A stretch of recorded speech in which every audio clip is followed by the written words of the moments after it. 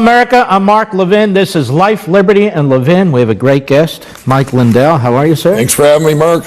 It's a pleasure. Now, we're not doing an infomercial. Right.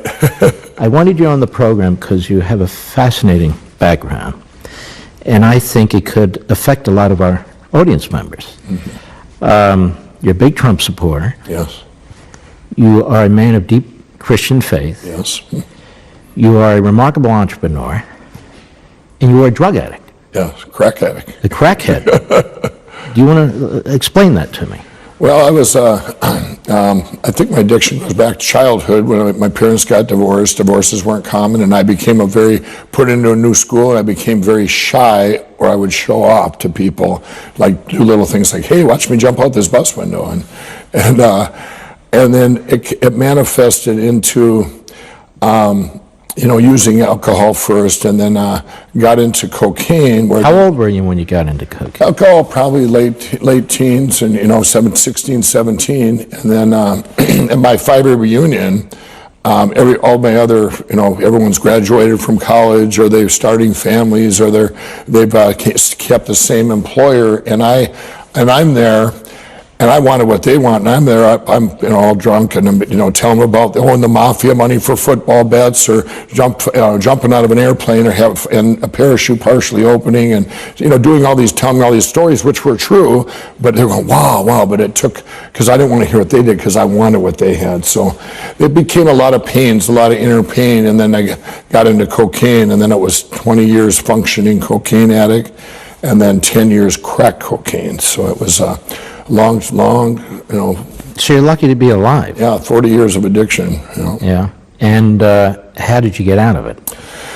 Well, do you ever get out of it? Yeah, you get out of it. I mean, I don't believe addiction's a disease. I believe that all addiction either comes from, wounds as childs, things that happen, or trauma, and that's why veterans can be traumatized later on. Any trauma can manifest into, I believe, addictions, to mass pain. And for me, a lot of things had to happen. I lost a 20-year marriage and had all these things happen in the mid-2000s. But in 2008, there was about 3 things that happened, and seeds were planted for me. Drug dealers did an intervention. That was kind of a big thing I had. Now, why would drug dealers do an intervention? Well, here's what happened. I was up 14 days, and I was staying downtown in Minneapolis, and a half hour from where I was making or doing pillows, this little schoolhouse. But I had a warrant out for my arrest, and I was going to be found innocent the following Tuesday. So I was hiding out down there, and I come out of the room, and three of the biggest dealers, I didn't even know they knew each other. And I said, what are you guys doing? And the one guy goes, Mike's been up for 14 days. We're shutting him off. And the one guy goes, he looks at me like, what's the matter with you? And he says, you ain't getting anything from my guys. And he leaves. The other guy. Wait a minute. So up for 14 days. So you were using, and they even said that's enough. Right. We're going to cut they must have liked you. Yeah, well, they wanted to save your life. Yeah, here's what he said, actually. They all like me, but here's what they said. I was a good customer too, but the one guy left then, and it was his place, and he went down the streets and shut off his people. And now I looked over, and this dealer, he finally went to sleep. I ran out of crack, and I'm doing one of these numbers, and I headed down to the streets of Minneapolis about 2:30 in the morning. Couldn't get drugs anywhere, and I went out. I was very resourceful, nothing. I come back upstairs all defeated, and he's standing there waiting up for me, and he says, man, give me that phone. He says, I'm going to take a picture of you. He says, you're going to need it for that book you've been bragging about, telling us you're going to write. And he said, you've been telling us for years this My Pillow is just a platform for God, and you're going to come back someday and help us out of this addiction and all the dealings that we have.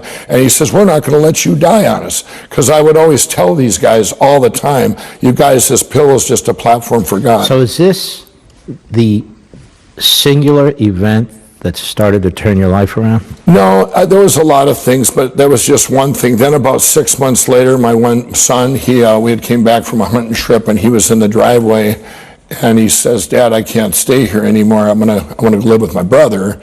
He's got a tear and his lips are quivering, and that hit home to me. I'm not hiding too much from him. And Because he must have known you were addicted. yeah, when the kids were from 16 down, they don't remember. My daughter said one time, she says, we're a very dysfunctional family. I said, that was towards the end. I said, I don't know what that means, but don't say that again. That sounds horrible. But my son hit me with that. And then in December of 2008, something really happened that's very important to my story.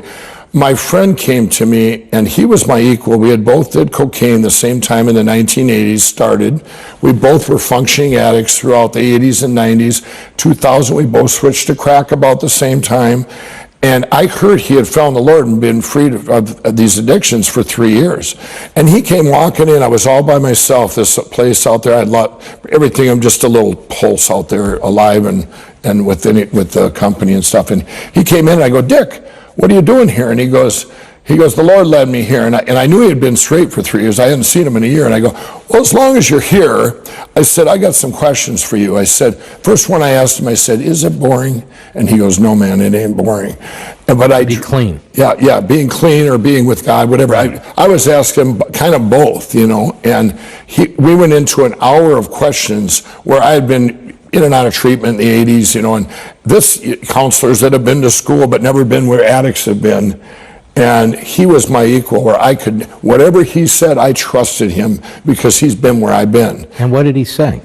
He said, no, man, it ain't boring. And he's telling me that, questions like, how do you feel inside now? How do you, do you have anything, thinking about the past? Just all different questions, But I didn't quit that day. It was another month later. It was January 16, 2009. And I knew that day, people say, was that your bottom?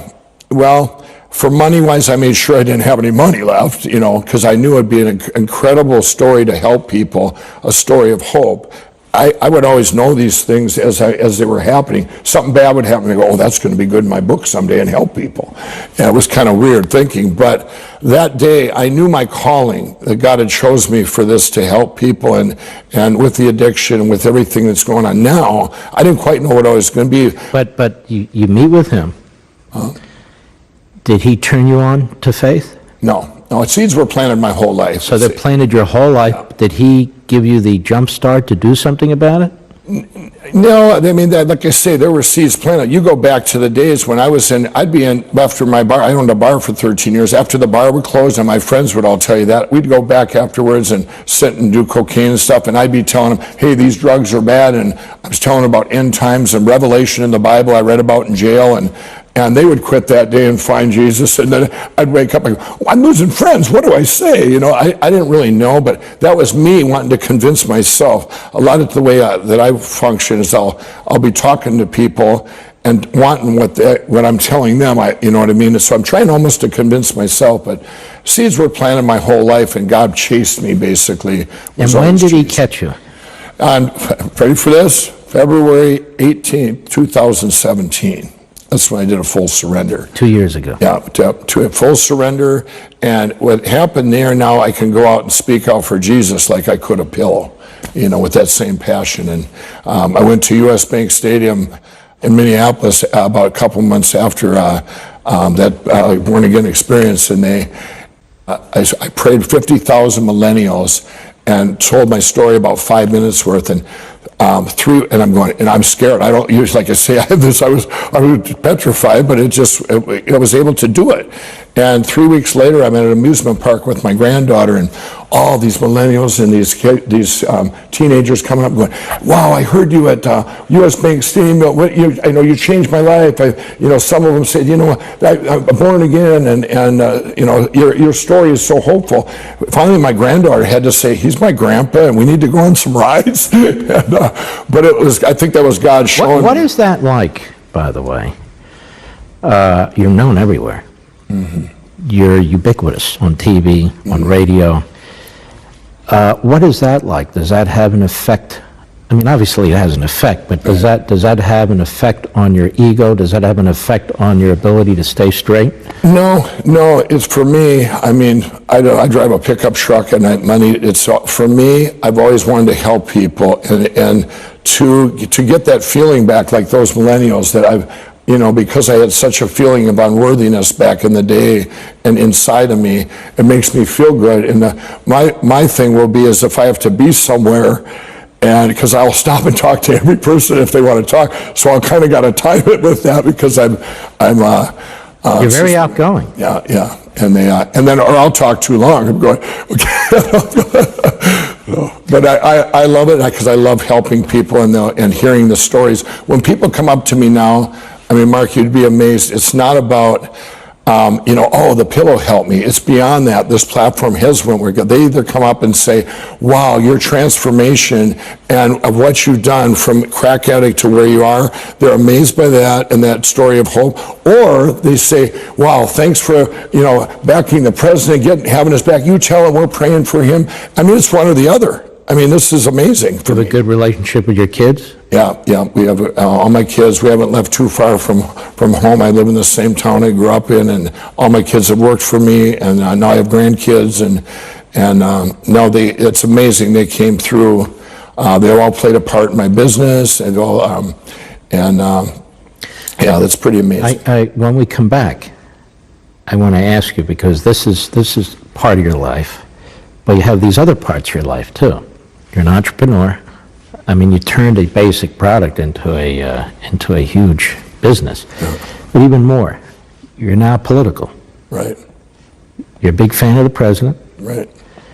You showed up at the Conservative Political Action Committee event, and you've managed to stay in business because a lot of businesses get boycotted as a result of that. Watch out, I'll double my odds. That's right. So I want to discuss all that when we return. Ladies and gentlemen, don't forget to watch Levin TV. Levin TV, most weekdays. Just give us a call at 844-LEVIN-TV, 844-LEVIN-TV, or go on the internet and get us at blazetv.com/Mark, blazetv.com/Mark. We'd love to have you in our wonderful community there. We'll be right back.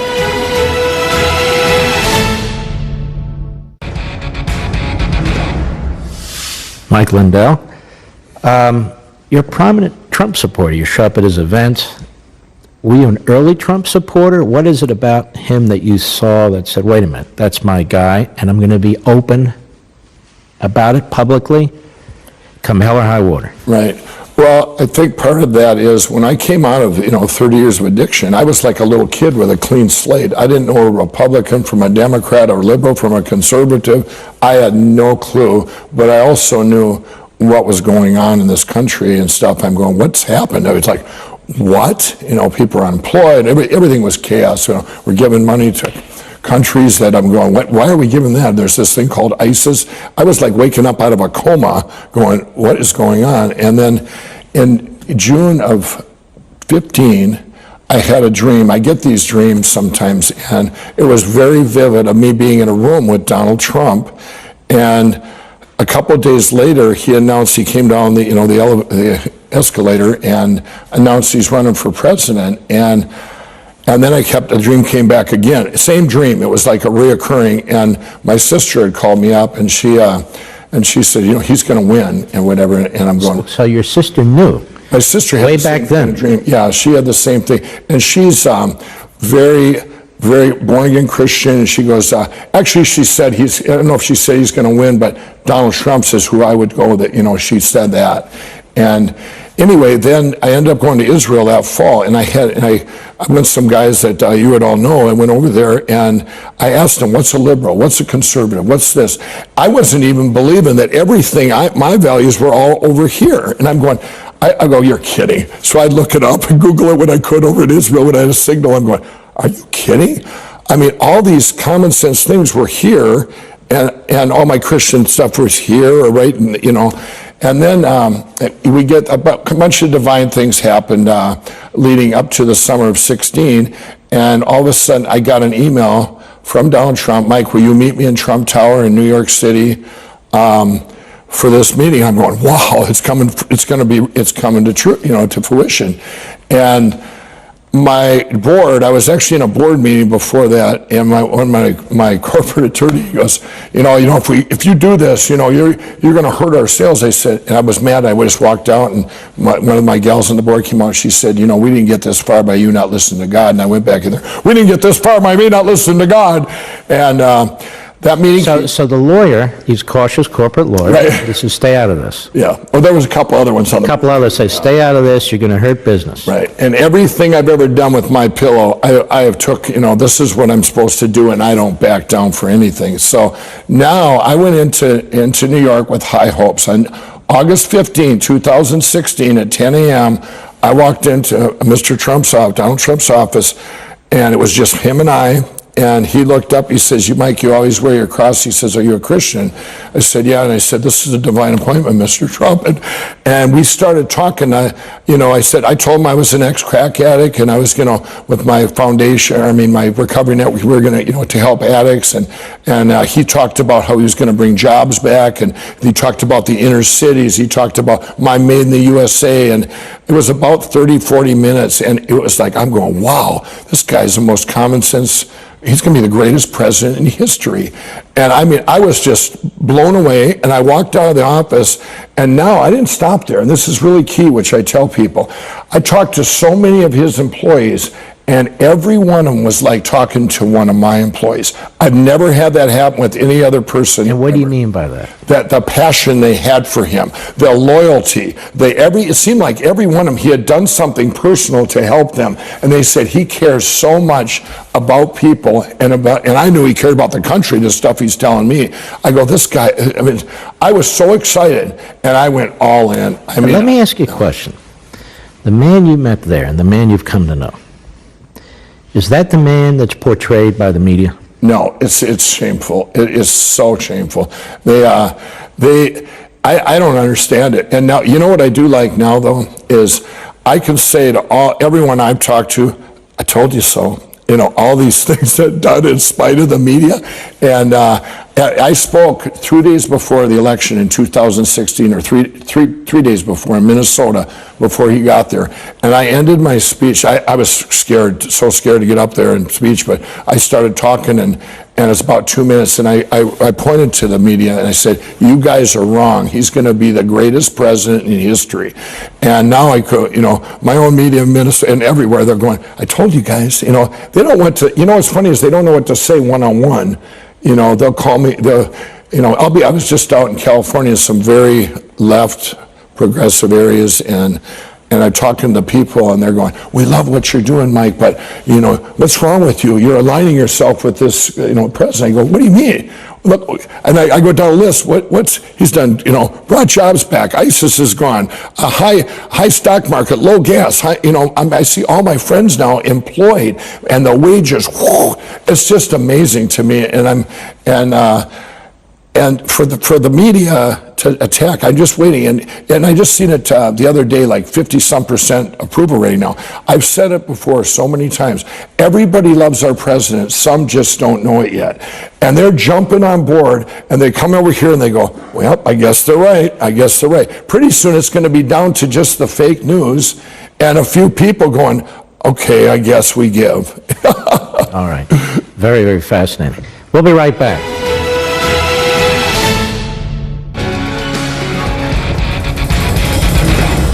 You seem to wear your emotions on your sleeve. You're telling America about your past. You want America to know, because there's a lot of people out there you want to help, which we're going to get to in a minute. Mm-hmm. Your passion for this president, your passion for your faith. Mm-hmm. And you go around the country speaking about your faith.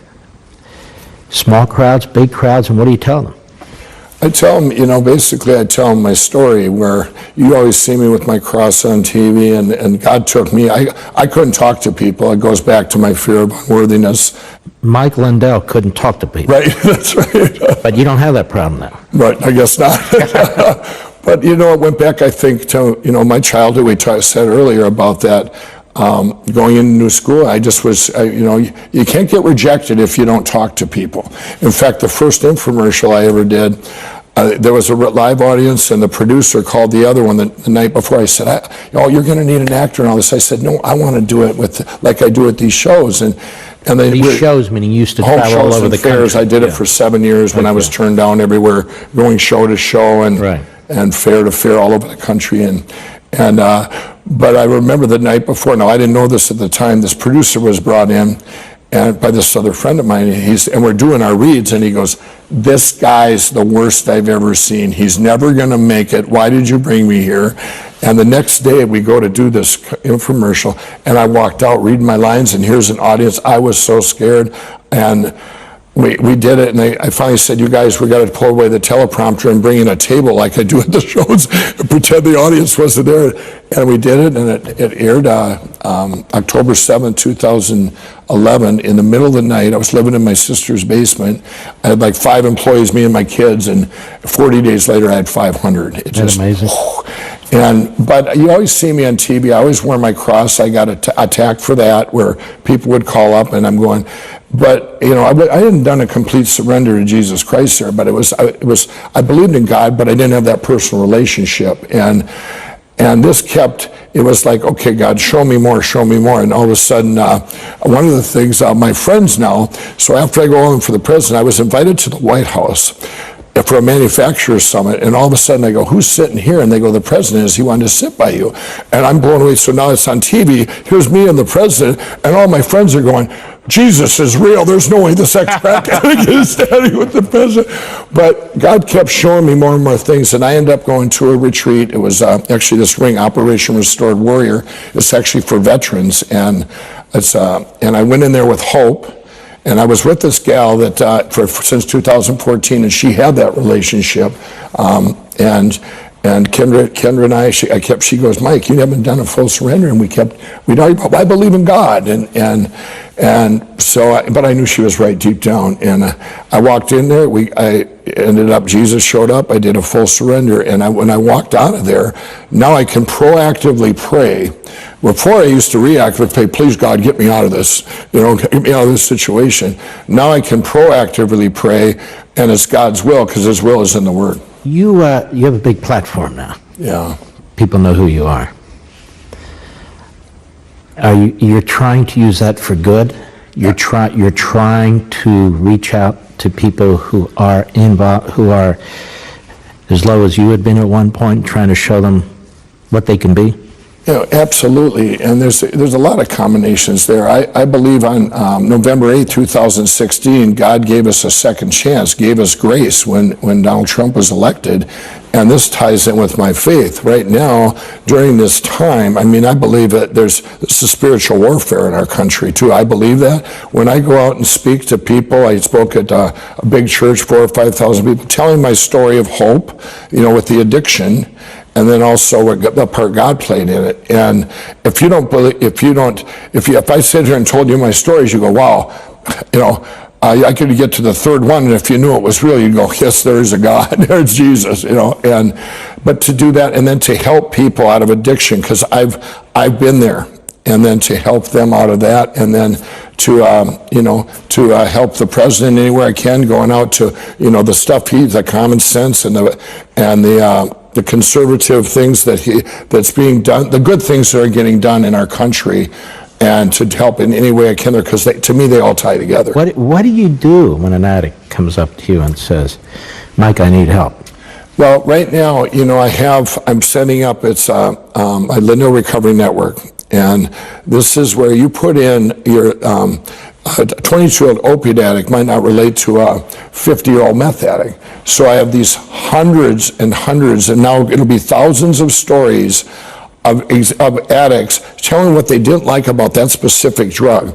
And now you're watching this website when I launch it, they're going to go, "Wow, that's just like me." The person puts in their age and addiction. So now they go, "This guy made it. He's just like me." Kind of like my friend Dick that came back to me 3 years later. I hadn't seen him. He was my hope match. There's a good word. He's my hope match. So here you have all these hope matches, and then I'm going to go, "Hey guys, over here," and they'll press this button, and I'm going to tell them, "You know what? Here's your help." And what works are the faith-based centers, the Teen Challenge, the Salvation Armies, the Union Gospels.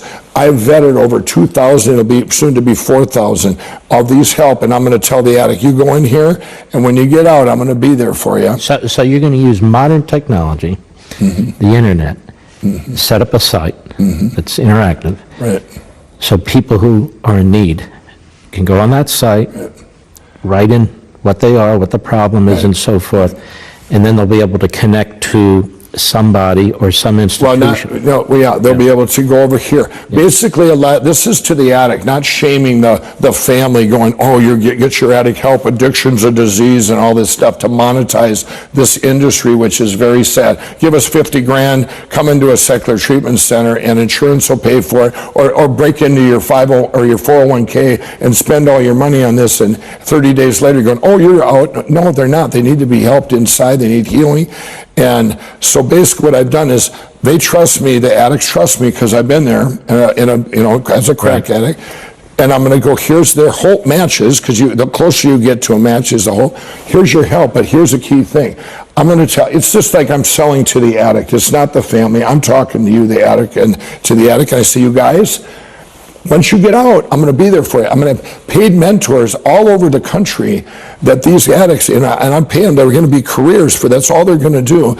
And now, if they have a specific problem, there's an app they'll put in, let's say that they didn't get that job. Well, now a mentor will come down and they're their match and they'll get help. It's a circle of help and hope. Sounds very exciting. I look forward to that being launched. We'll be right back.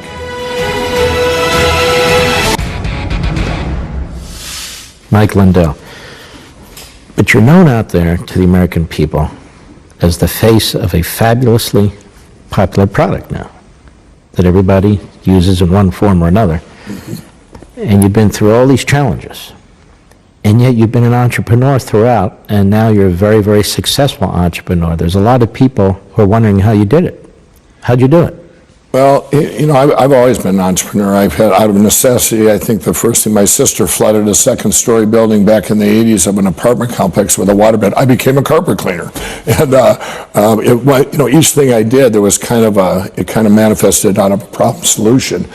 But I want to say, having the passion, having faith, but here's one of the things I want to tell any entrepreneurs out there right now.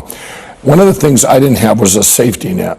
What we're living in right now, with all these jobs and raises, wages rising, I see it in my own company. I have 1,600 employees, but a lot of them now, and these are careers, a lot of them are going out and taking the chances, starting their own little businesses and stuff, because guess what? If they would happen to fail and learn from their failure, they can go back and do their job, because there are jobs out there everywhere now. It's an amazing time we're living in for that. Where at this time, everybody, don't be afraid. So many good ideas are left on the shelf of people going, I got a great idea, but I'm afraid. I'm out of fear. Fear blocks all that. It's a false fear. If I didn't, all the things that happened to me, you have deviations, and I will tell you that I'm going to do a thing on deviations. In my company, I have 1,600 employees, about 500 have my direct phone number. Well, I don't get calls. I only get calls when there's a deviation, good or bad. So if there's peace, it's like I can put it out of my head, and that's amazing. Now, if you're an entrepreneur, and no matter how big or small you are, if you watch those deviations and you learn from them, and either focus on the good deviation or learn from the bad, and that includes failure. I have a friend of mine that I'm one of the smartest guys I've ever known. He's been working on something for 4 years, and he wants it to be perfect before he goes out there. And I go, if you got that great idea and you don't do it, that's a shame. Get out there. I told him, I said, get out there and fail. What's the worst that can happen? Did you ever fail at a business? Yeah, if you call failure, I didn't take it all the way to, like when I had a bar for 13 years, it was devastating when I had to sell it by a series of events. But I look back now, and that was a peg. If that hadn't happened, we wouldn't be sitting here. I think a lot of, that's what I always look back at, failures at the time. People, I want to tell you another thing, 99.999% of everything people worry about never comes to fruition. So stop worrying, you're saying. Yeah, stop Get out worrying. there and do your thing. Stop worrying, because if you look back in your own life, I look back at mine, you got a 1 in a million, 1 in a billion. This never happens. When do you combine them and it becomes a miracle? That's why I knew God was following me through that, having that faith. But if you look back, most people, you look back and say, for entrepreneurs, inventors, whatever, if something didn't happen here, you wouldn't be here. When I got real big, and when I told you the 5 employees to 500, I took in tens of millions, $100 million in 6 months. At the end of it, I owed like $5 million. Everything was done wrong. Other people had took advantage, but I learned from that. And then I learned so much from that. And so another thing too I want to mention, if an entrepreneur or out there, or a business, learn from someone that you trust in that business, so you can learn a lot and say, okay, what have you done? And so you don't have to all this wasted time, that you could save time on learning what he's done, his failures and his successes. And is there anything you would have done differently? I would not have done one thing different if I wasn't sitting right here, if it changed where I'm at right now. Sure, I do look back. Do I have regrets, with my addiction and a 20-year marriage where, my kids, that maybe they were, they were affected. I look back, did I lose some time? Was it wasted time? I think a lot of addicts look back and say, wow, I wasted all the time. No, it's starting right here. There's Proverbs 3:5-6, trust in the Lord with all your heart. Lean not to your own understanding, acknowledge him in every way, and he will guide your paths. And for me, that became real, not to look back and just say, with God, all things are possible. And I think, so there's really no regrets, all right? If, I'm going to use that with my past, my story to do better.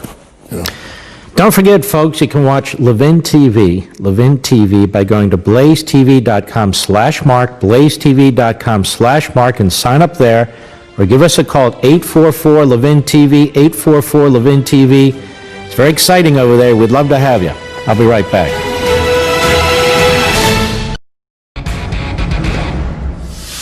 You're a wealthy man. You're a famous man. You think you'll ever run for office? Well, I get asked all the time, and I think if God had me run for office, I would. That's what I tell the media. That's what I tell everybody I talk to. But right now, I think where God's put my platform to help everything that's going on now with help the addiction, helping people get to faith, help our president, and I think the platform I can do a lot good there rather than. Not to say I wouldn't, if God, said, hey, Mike, if I got it in prayer, I want you to do this. I'm open to anything, just like I was when I had the dream and that came from God to, go all in, and when I went all in for our president. And then it doesn't matter. Then it's on God. I can do all the pushback and all the things. It's going, it's put my faith in that. And they ask me every day, what's your busiest day? I said, right here. As I listen to you, the different phases you've gone through in your life, and yet that consistency with faith. But the different phases you go through in your life, right. You're living a very full life, aren't you? Yeah, it's amazing. You grab that gold ring and you run with it, don't you? It's been like living inside of a movie. I mean, you go back in the day to where I'd be having a gun to my head at some place in some city, and then the next day be eating with 3 millionaires with 3 forks and going and realizing this. I understand 2 forks. What do you do with 3 forks? I don't know. Okay. I'm still trying to figure it out. But I just remember this actually happened. I was in a place, in a very bad place in a city with a gun, held captive. Get everything back. Everything was out to different crack, middle of the night. My wedding ring, all these different things. I got them all back, ended up back in Minnesota, Minneapolis. The next day, we're eating with 3 millionaires, and all of them pulled me away from the table and said, whatever you do, don't tell them you don't have any money. And I felt safer with the guy the day before. You were making a presentation? No, these were all they were all trying to carve up my company. So my company's been trying to be taken so many times. That's stuff we haven't touched on. All the betrayal and all these things. They were all shysters trying to carve up as businessmen, and here I felt safer in the hood with a gun. I knew where their pain was coming from. These guys, I didn't understand the corruption and the the money and the greed. And I'm going, But you've lived different lives. Yeah. You've been in different places in your life. Do you ever sit back, and I know you thank God. Yeah. But it's a lot of you. Yeah. Do you ever sit back and say, I got to pinch myself. I can't believe I can't believe I'm doing these things. Here's a defining moment. It was actually in, the president was elected. It was summer. I was invited to the White House in the summer of 2017, and I go in there. It's a manufacturers summit, and there's my name tag, and there's like 20 people, and I'm getting this little tour, and I'm still surreal. I'm in the White House, and I go, who's sitting here? There was no name tag, and the guy says, the president is. He wanted to sit by you, and I'm going, what? Now there, I'm going. I just like my life flashing back and going. Now my friend's seen that.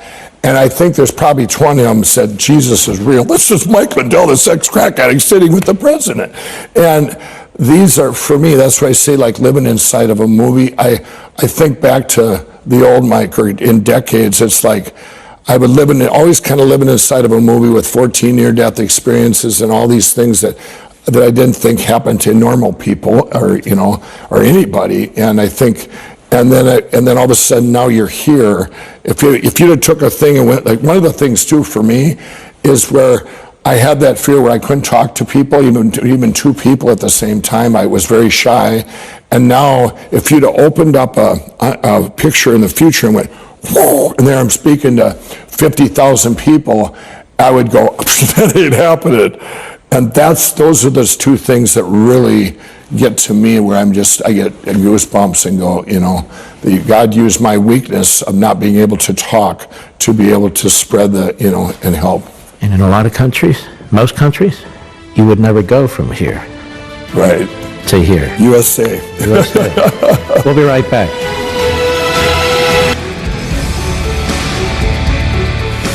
Let me ask you a question I ask a lot of my guests. Where do you see this country heading in the next 5 to 10 years? You can see these negative forces in the culture and all around. On the other hand, we're a vibrant people. We're a great people. We've overcome an awful lot. You've overcome an awful lot. Where do you think we're going to be? I think it's going to be amazing. And I see what's going on right now, and it just keeps getting better and better. If you actually would shut off the TV, or if you could shut this show. Yeah, except this show. But I mean, shut off the news and go look around you and what's going on. And by the way, Donald Trump's going to win by over 380 electoral votes. It's just going to be a massive win because everybody knows what he's done. And people are going to keep jumping in. Like I said, everybody loves our president. Some just don't know it yet. And for me, God gave us grace on November 8th, 2016. This was a turning point in history where now we're going to go on, and everybody, pretty soon, that very loud or the silent majority hits flip-flop, and pretty soon that voice over here is going to be nothing. A lot of people in the press are going to say, well, there's Mike talking about God giving us grace. That is, God giving us an opportunity to elect Donald Trump. Right. He must be some kind of throwback. He must be a deplorable. He must be, No. I'm a common sense. I'm a businessman. I never knew anything about politics. I know what's right, what's wrong, and what's working. And our president is amazing, and he's done it in fight of the fight every day. I get it, but for me, it's like they'll try and attack me, and then 99% will attack the ones attacking me. That's why I know everybody really deep down, they're going, wow, it's doing so good. But there's this way over here, this force or whatever, that's trying to stop it. And pretty soon, everyone's going to go, wow, this is great, the direction we're going. And it's going to be, I see so many things. I see for myself personally, addiction, these addiction getting wiped out in the next 6 years. Look what the president did with ISIS in 2 years. Boom, gone. Hello. That was one of my biggest worries. Here's the addiction. It came on strong. Whew, addiction. Let's get it gone. And he's focused on this opioid crisis. Absolutely. I was there when he signed the opioid bill. He was there, more than anybody. Yeah, so his passion is to help this, not just the country, this opioid addiction, to destroy it. That's one of his biggest things right now. I was there when he signed it, and everything I'm doing with my Lindell Recovery Network plugs right into that, and it's You're very very excited. I'm very about this, excited for the and I future. wanna It's tell you going to be something. amazing. It's been absolutely fascinating to talk to you on the air and off the air. Mark, I wanna thank you for having me on. Putting God my head bless on you. your pillow will never be the same again. That's it, folks. I'll see you next time on Life, Liberty, and Levin.